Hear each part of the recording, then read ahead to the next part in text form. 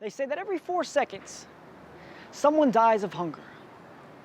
Now, I don't mean to belittle that number, but judging by Satan's persuasions we're under, I wonder, how many of us are dead already? Let me explain. See, I know this isn't your typical rhythmical message or lyrical lesson designed to tickle the cynical's audible flesh, but when you stop and think about who Christ actually is, well, I'm sure you'll make the connection. You see, as Christians, we always say that Christ is our provider. Well, the writer of John was so on fire that he desired to sing Christ's own words like the hymnals to the choir, tired of emptiness inside. Well, dire hunger requires more than this world can offer. So I offer these words of red instead from the one who dove into the mire and bled for you. John 6:33.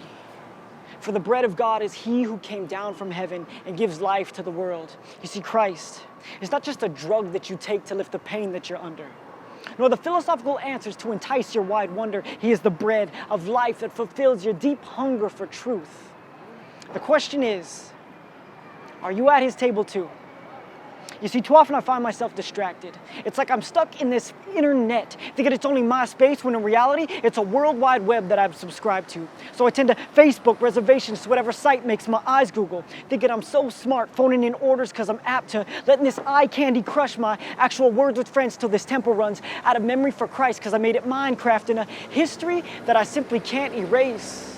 You see, the devil, he doesn't just tempt with Apple. He can entice us so Microsoft, he changes the whole outlook on man's PowerPoints till we excel on our own and give him office by ignoring the word. But see, what we don't realize is by giving Satan control, he tends to alter reality and delete any hope that we have. It's like that old saying, you can lead a horse to water, but you can't make him drink. Well, you can lead mankind to the bread of life, but we'll never make him eat. So when we consume what we want to fire into these tanks fire off rounds of disobedience at best till we forget to reload our spirits when we're at war with the flesh. You see, if Christ is the bread, then why do I choose different?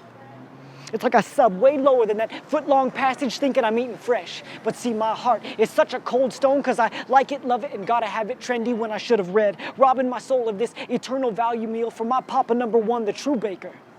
You see, when I hop into that short stack of over-easy nonsense, that yoke gets far too heavy, making my prayer life so animal style because I'm in and out of God's will till I fall like dominoes, eating so much crazy bread from that little Caesar Satan that I forget his golden corral because I'm eating out back. Now I'm a church's chicken.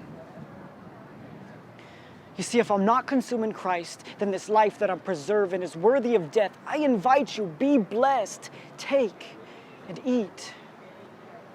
Just as Ruth and Boaz knew the body needs bread, the Lord continues to show us the body needs bread. And so long ago, in the town of Bethlehem, the very house of bread itself, the Father didn't bother to read through man's menu. The menu he pondered responded by launching a holy entree that night. And through the hands of man's maker, the one divine baker served up his famous batch of life, Christ. But see, we all have a choice to respond to God's voice and allow him to make us complete. So if you're still feeling worthless, in need of true purpose, by all means, take and eat. For Christ is the bread of life.